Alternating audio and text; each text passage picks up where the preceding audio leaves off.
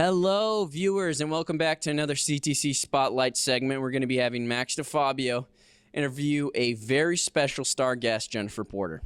And we are back. I'm Max Fabio, sports specialist and host of CTC Spotlight. And I'm here with Jennifer. Jennifer is a swimmer. She runs track and she plays volleyball for Brunswick High School. Hi, Jennifer. How you doing? I'm good. How are you? I'm doing great. So I just have a couple questions for you today, and we're just going to talk a little bit about, maybe events and records, teams, stuff like that. So we're just going to get right into it. Okay, sounds good. All right, so we're going to first talk about what is your favorite event. I'm really curious to know because I don't know too much about swim or anything like that. So probably my favorite event, my favorite stroke in swim would definitely be backstroke, 100% a backstroker. My favorite event is probably 100 backstroke because it's not too long, not too short, kind of in the middle. So, Okay. yeah. Okay. So you like backstroke. So do you know what like your fastest time is? Maybe like a range, anything like that? So my fastest time I've ever swam for the 100 backstroke is a 105.55. And so that's my personal record. I mean, that's pretty fast as far as I know. Yeah. I'd like to think. So do you, like fastest time in general, is that like a school record, state record, anything like that? It is our Brunswick High School girls team school record for the event, but not close to state record or county record or anything like that. I mean, school record's pretty ridiculous anyway, so I mean, you should be proud of it. Thank you. So, do you want to touch a little bit on like the difference between maybe club and like high school swimming? Yeah, so I would say they're definitely very different things, I would say. Club, I've been doing club for a long time, probably since I was around 8. In high school, I started my freshman year.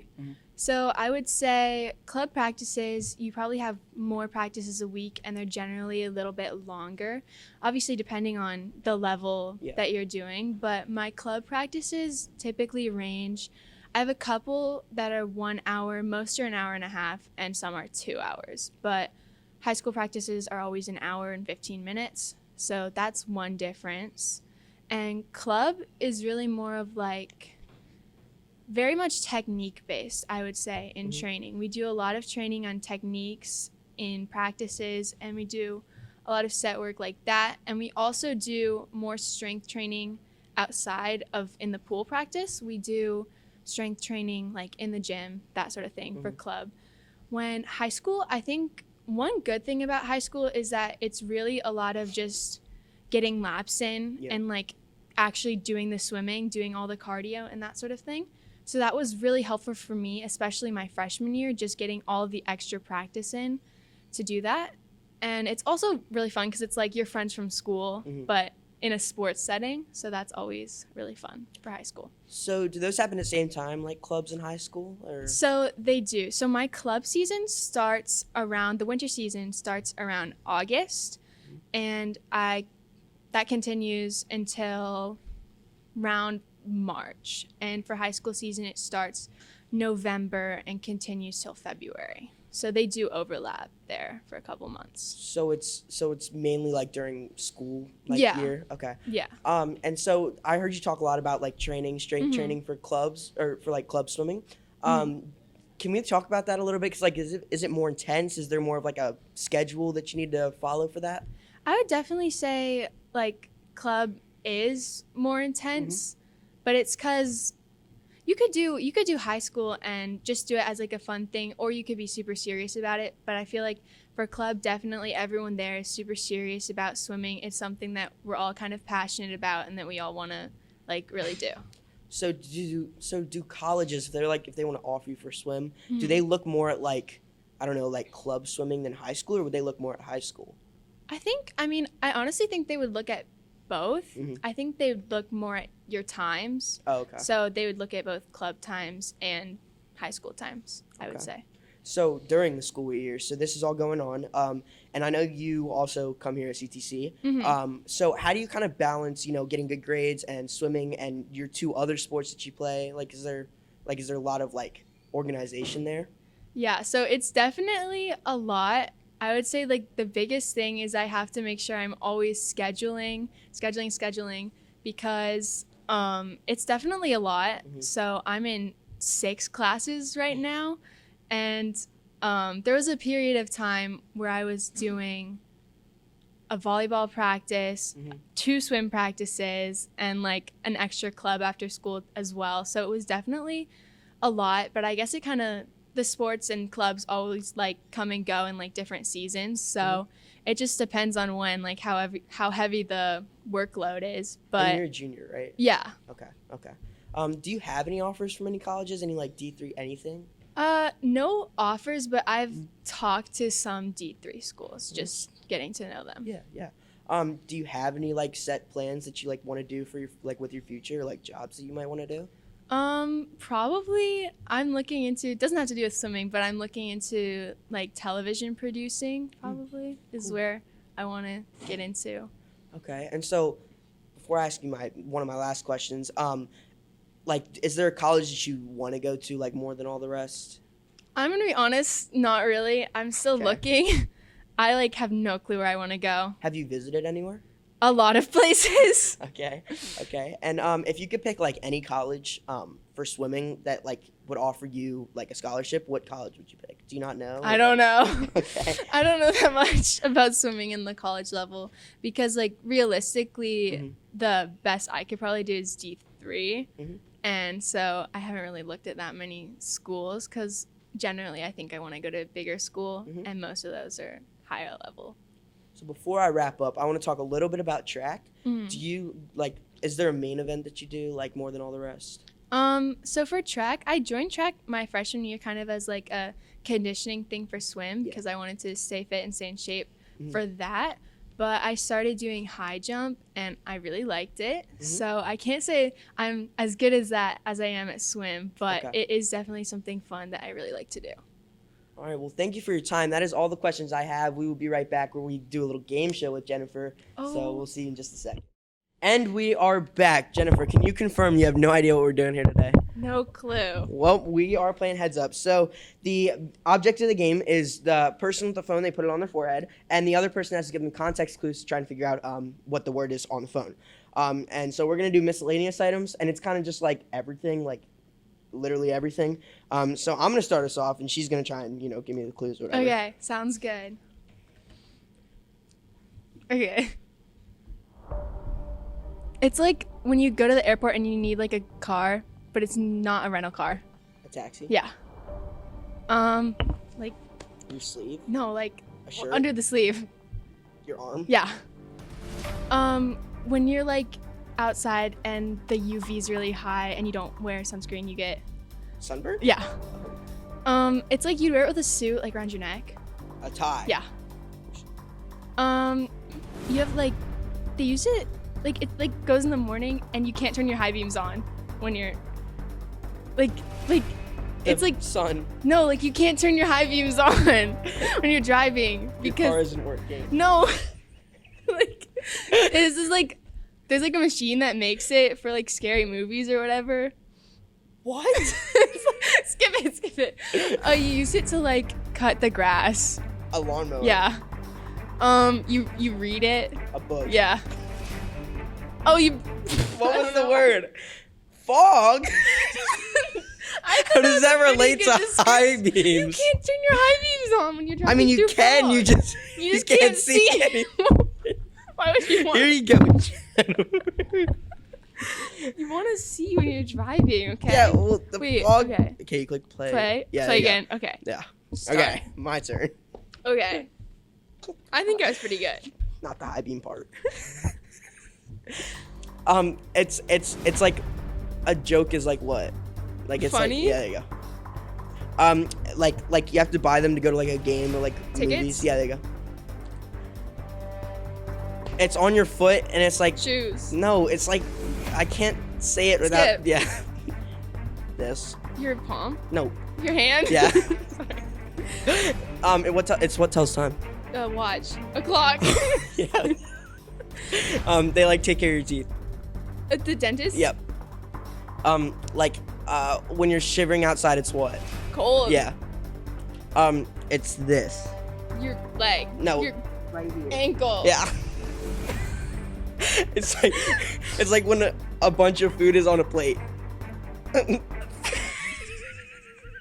A meal? No, it's just like it's like a bunch of food on a plate. Food. No. I can't say. It's a platter.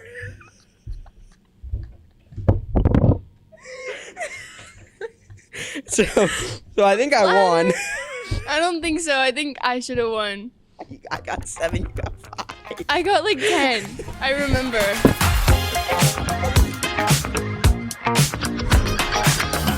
Hello, everybody, and welcome back to Spotlight. I'm Max DeFabio. As you can see, Elias Connor's not with me. He'll be joining me later when we go through our Agree to Disagree segment. But I got a lot to talk about. Baseball's been back, so we're just going to get right into it.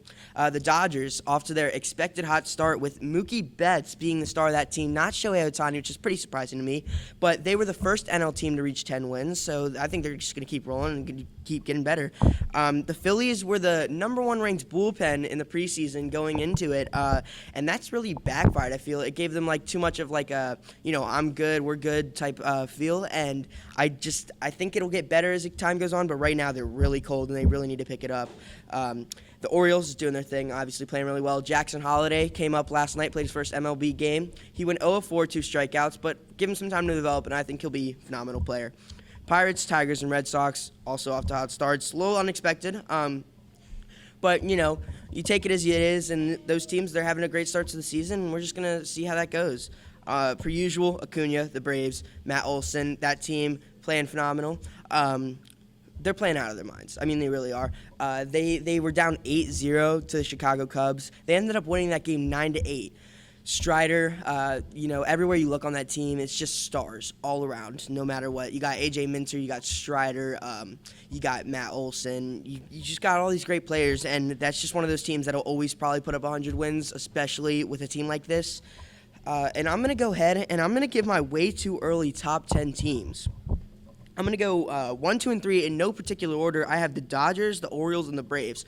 All 3 playing out of their minds. They're all having great seasons so far. And I really think that, I just think that they'll keep rolling and they'll go far in the playoffs. They're just one of those teams that absolutely could. Then I have the Yankees. They were 10-2 at one point. Juan Soto with Aaron Judge. It's just really all gelling together for them. And I really like the outlook and the outcome of that team and how far they'll make it.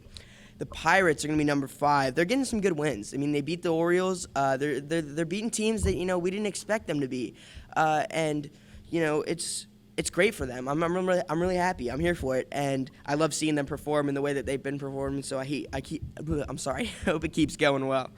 The 6 and 7, in also no particular order, is Diamondbacks and Rangers.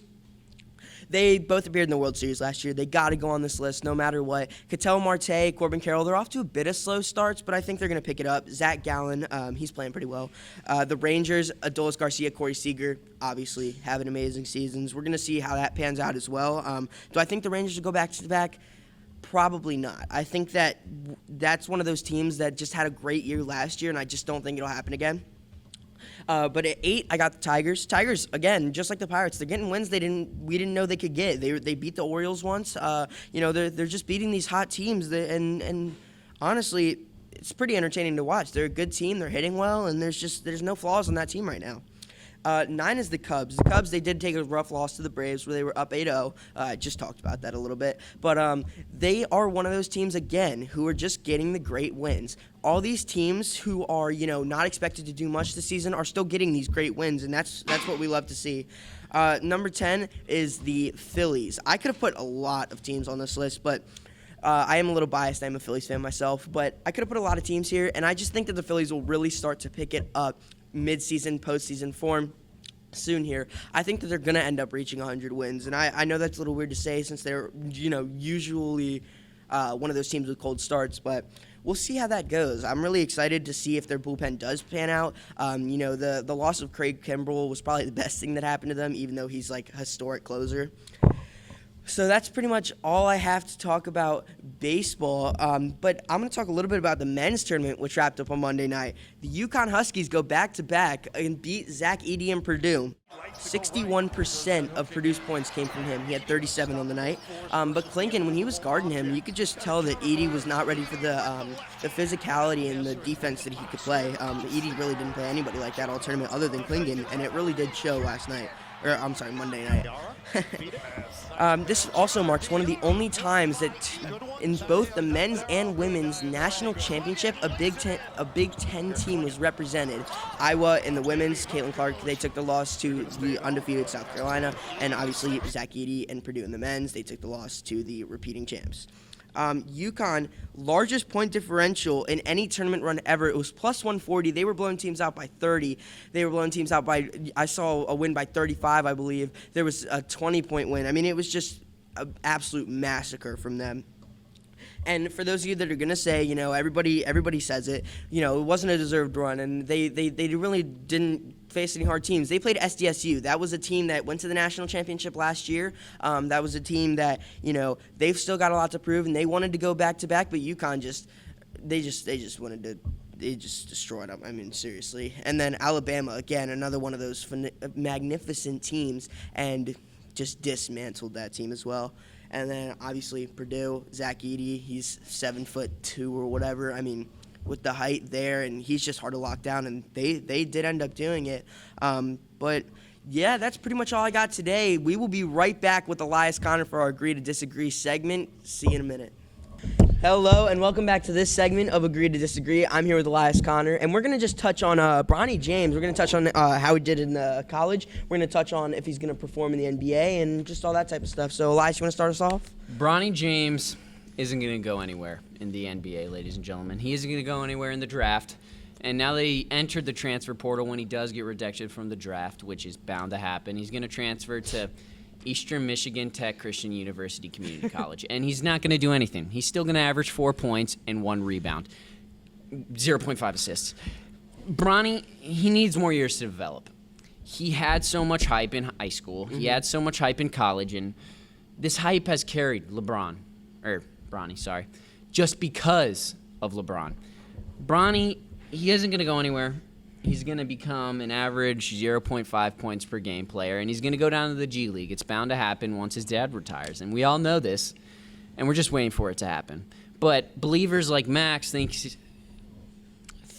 he's going to become the next GOAT, and it's just not going to happen. It's just not. It's simple as that. So I don't agree with the statement at all about him needing some more years to develop, but I think that he has a huge upside. I think that he's playing on a team. He has okay teammates. He has an okay coach. I mean, nothing at best. They didn't make the NIT. They didn't even make the tournament. I mean, that pretty much shows you the kind of team. Shows you that Bronny is bad. It doesn't, because he came off the bench. No, your argument's lame. Every argument you put out is lame. On this show, off this show, anywhere. It's this argument, he didn't have a good coach. Okay. So what, he didn't have a good coach? In 5th grade, my coach was a blind man. Yeah, he was a blind man, and I still averaged 13 points per game. Rec League, YMCA, look it up. Yeah, okay, whatever you say. He had a bad season because he really just came out of a heart surgery. Heart surgery? That's ridiculous. Oh, my God. That's ridiculous. Heart surgery. Make a GoFundMe. He had a heart surgery. Oh, no. I don't care, because my grandpa got shot in the leg 3 times during the invasion of Normandy, came back to his college, and dropped 30. Yeah. And what was your grandfather's name? That's exactly his information. Yeah, I'm sure it is. It's a whole deal. I'm sure it is. But you think he's not going to go in the draft at all? Not at all. Not in the second round. Nothing. I really don't think. I think he might get picked in the draft, but as soon as his dad comes, as soon as the jersey sales are done, as soon as his dad eventually retires, he's going to move down to the G League.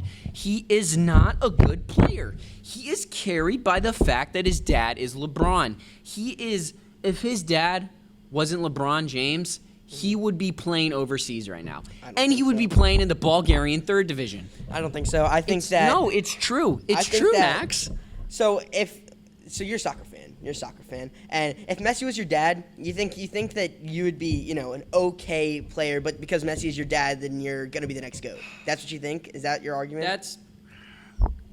I think that he will develop in the G League. I think that he's going to go in the draft and possibly the first round, because the team that picks him... He's not going to go in the first round, Max! The team that picks him knows that they're going to get LeBron. LeBron, he's still the GOAT. I don't care. We're done with the 90s. I don't care, bro. Oh, my Lord, Max. Every single day, the takes get worse. No, I can't. This is as bad as a take you had on Zach Edey. Oh Ladies and gentlemen, my let's get into this. On gosh, Monday night, the world watched a certain 7'3" man be embarrassed, be locked down, and shown that he cannot perform. That certain man, he looks angry. His haircut got messed up 24/7. But on What does Monday, that have to do with anything? But on Monday, he was sad. On Monday night, he was sad. sad? Isn't that horrible? Isn't that horrible? Because he knows Max lost a bet with me because of his horrible performance. Because if you forgot, last episode, me and Max bet my mother's retirement home payments and my child support on this game. Now I have double the child support payments and double the retirement home payments. I can send my mom to freaking Miami if I want to. You know why? Because of Zach's performance. Zach had 37 points. What more do you want him to do? Oh my! 61% of 37 Purdue. points. No. 70% Stop of the talking. points. 61% of Purdue's points came from Zach Edey. Klingon, the only times that he was relatively good on Don't offense. talk on Klingon. Don't talk on Klingon. We're going to break this down. Now, we are going to really just break this down right here. Purdue lost. Yeah, sure. Okay. Yeah, they lost. Keep going. They choked on this game like it was a chicken bone stuck You mean down his their teammates throats. choked? And, well, I'm about to tell you right now, Max, it's because Zach thinks he's Kobe. He does not pass He the ball basically for the is entire in game. college. And Zach matched up against the reincarnation of Ben Wallace and was locked down. Donovan Klingon, ladies and gentlemen, if you hit replay on the last episode of the series, you'll see that Max had the horrible take that Donovan would not lock down the entire Purdue And team. he didn't. And he did, Whoa, and whoa, he whoa. ended up I not said only doing Edey. that, but more. He also secured a top 3 draft prospect of this year's draft, and something that Bronny James, just like we talked about earlier, doesn't have secured. So then who's your top 3 in the draft? I'm gonna go with that kid, the prospect from Europe. I forget his name. Sorry, my bad. I'm gonna go Donovan. Says a lot. And Donovan, number 2. realistically, I'm gonna go DJ over Zach. I'm going DJ over Zach. I'm going DJ over you're Zach. actually crazy. Oh. So we just saw Rob Dillingham, the freshman out of Kentucky, the 19-year-old. You saw him declare for the draft, right? It was all over Instagram, all over every social media platform. Where do you think he's going to go? I don't even have him in the first round. Not the first. I don't have him in the first round. I have him in the second round, bottom half of the second round. Bottom half. And I see him maybe going to the G League, 2-3 years there, and then I have him playing overseas. It's bound to happen. So We saw this. We saw it in high school. We saw it saw with the it where? overhyped recruitments. We saw it in college. We saw it with this freshman year. We saw him choking this up. is almost as bad in as it the takes when you say NCAA. DJ Burns was going to lock up Zach Edey, and then Edey, guess what he dropped? Oh 40. my God. 40 on DJ Burns. Ladies and gentlemen, you are a Zach Edey merchant. You bring up that bad take whenever I have a take that you don't agree with. You bring up one bad take out of 10 good takes that I have. Your take was Rob Dillingham won't go in the first round of the draft. And ladies what are and you, gentlemen, what are you it's watching? True. It's true. He can't perform. Oh, no, and you it's know not. why? You know why I say this? Because you don't have the mind of an NBA scout, but I do. Because I know more about the game than Max does. No, you Max, don't. he watches TikTok. He watches edits. He watches Instagram clips. And he thinks that this kid is good. And he's not going to be anything. And we all know this. This You're is projected to ridiculous. be the worst draft class of the past decade. And I say this. You remember I say the this draft where wholeheartedly. I say this wholeheartedly. And I think that the only good person to come out of this draft class to win a couple If you rings say Donovan Klingon, I swear. to become defensive player of the year at least 3 times. I don't even want to say it. Did Donovan Klingon. Alex Sarr is going to come out of this draft as the number 1 pick, and he's going to outperform. Oh my lord! He's going to outperform. That's the European guy you said you had going first, Alex Sarr. You're actually dumb. Maybe you should But know I his changed my name. mind. I did change my mind.